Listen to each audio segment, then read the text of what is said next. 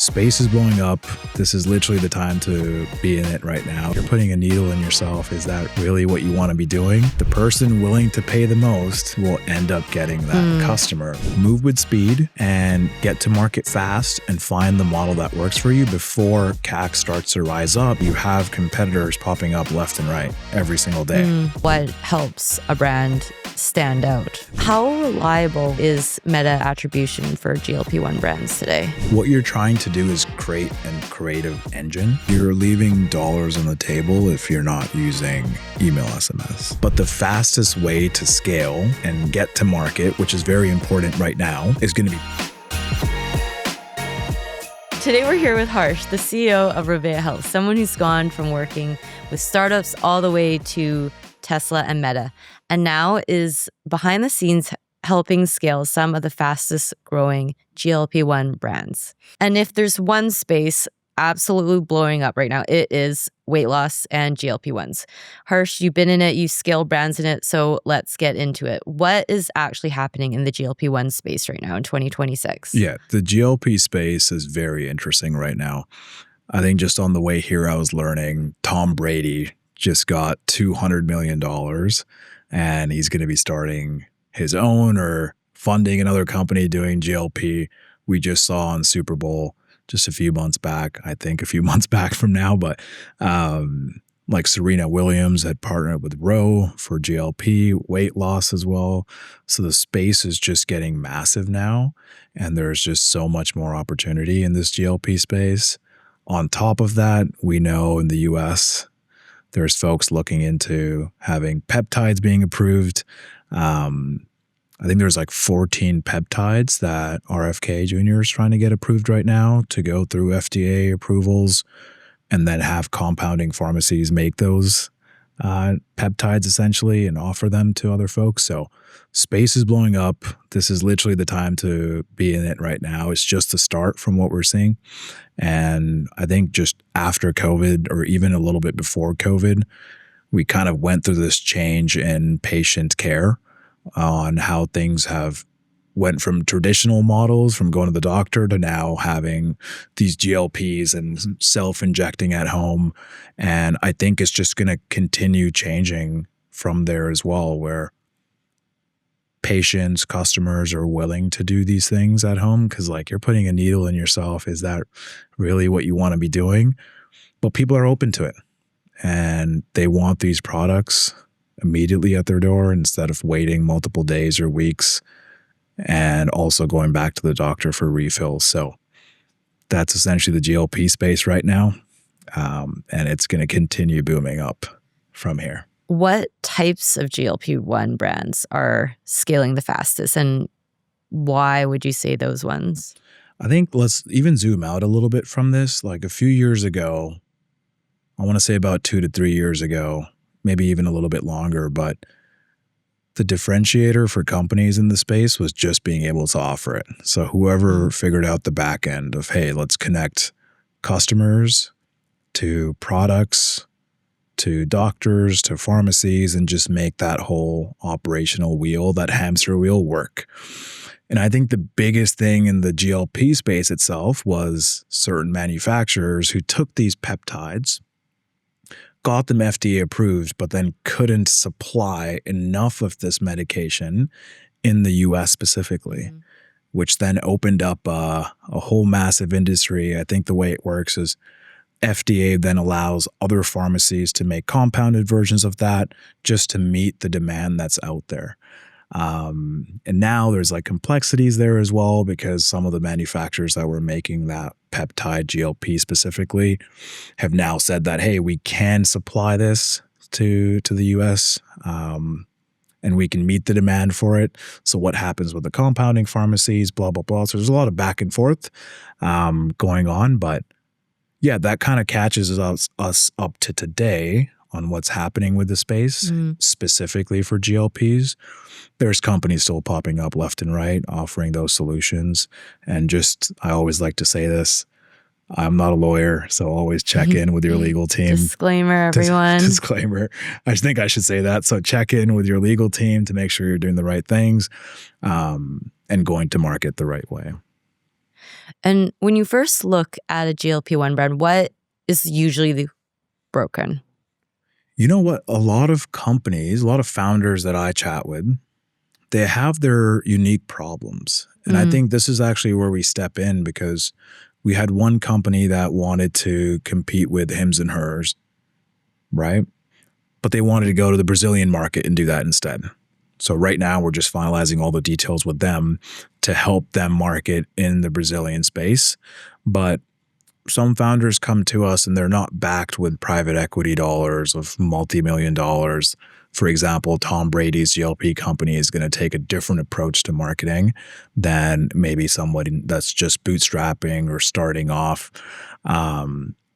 But what I've commonly see, it's a blend of different things. Because if you look at the entire funnel, it's just like at least paid advertising. Like, how are you acquiring? And when you say funnel, what exactly does that mean? So funnel is just taking a look at how are you acquiring customers and what process are they going through until they actually become a customer. And then there's also post funnel, what happens after they become a customer and get their medication. So that whole entire journey. Exactly. The full customer journey, essentially.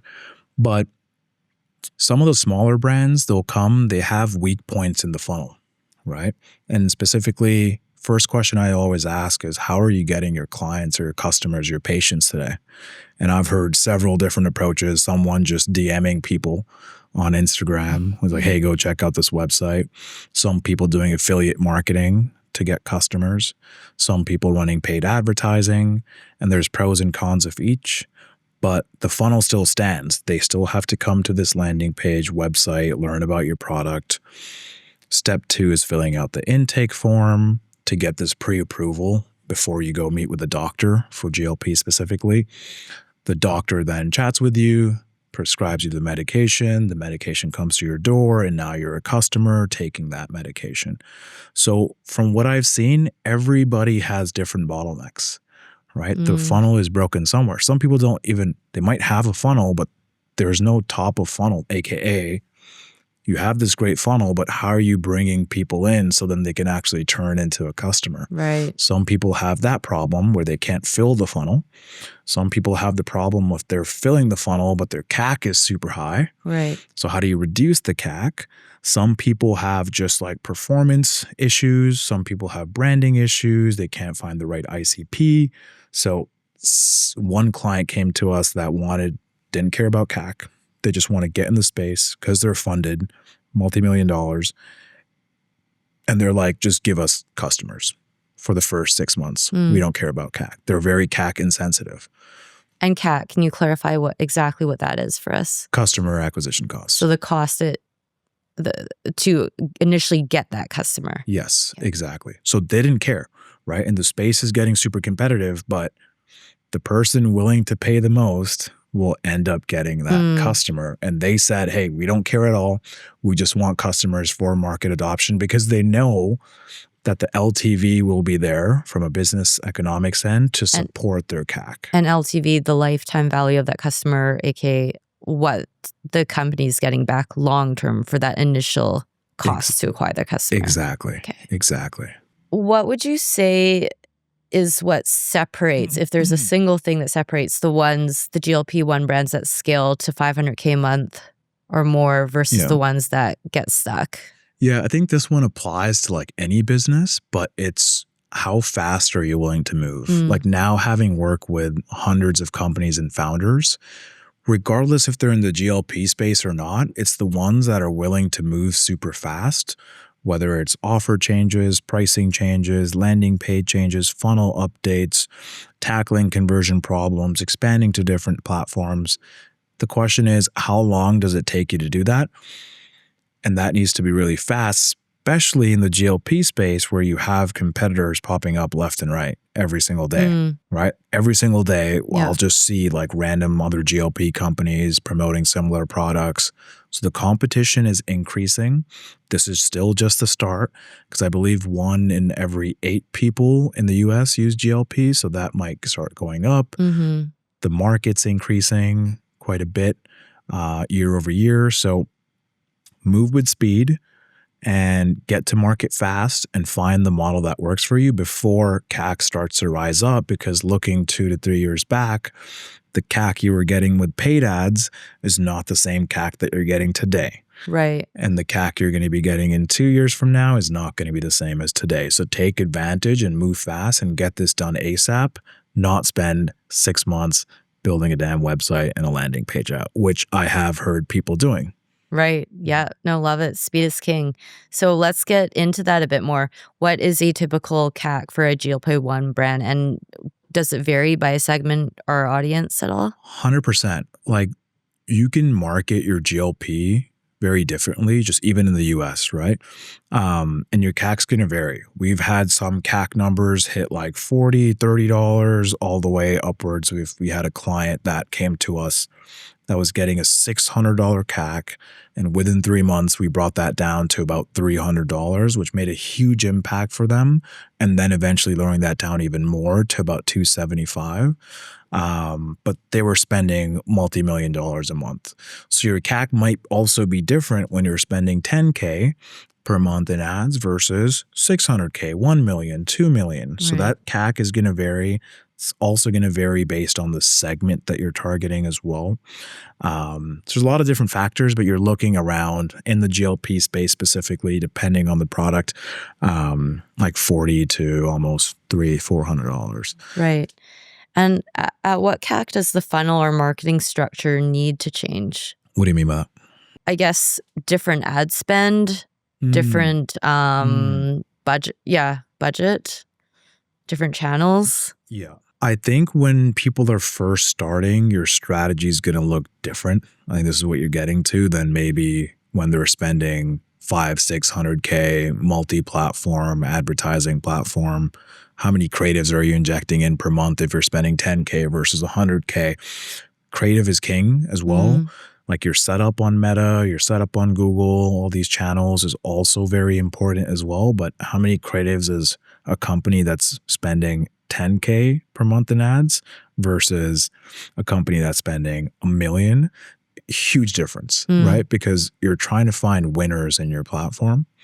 And once you find the winner, that's not going to be there forever. It's going to work until your competition notices it and they copy the same thing. So very competitive. But if you're at 10K, then yes, you can bump in like 20 to 40 creatives a month at minimum with different variations. And that's what we do. And every single ad has like 3 to 4 different variations. So we can test out different hooks. I would also say do POV shots, like testimonials as well. 5 different USPs for your products you should be doing, testing out statics. So there's a lot of stuff that you have to test out in the beginning, and you have to just do that at scale when you're spending 3, 4, 5, 600K, 2 million a month. Right. And then you're also then looking at how can I source these creatives? Like if you look at these larger brands, they're working with multiple agencies in order to source different creative inspiration. So that they can test out the ads. They'll pay 5 different agencies to help them with creative production because they're able to do that as well. But yeah, you should have a ton of ads running if you're spending anywhere more than like 10K, 20K, 50K, like yeah. Definitely. How do we run all these aggressive ads in the GLP-1 peptide marketing space without getting banned? Anytime we see the use of non-custom events, that's a flag. What makes SMS effective versus spammy in GLP-1 marketing?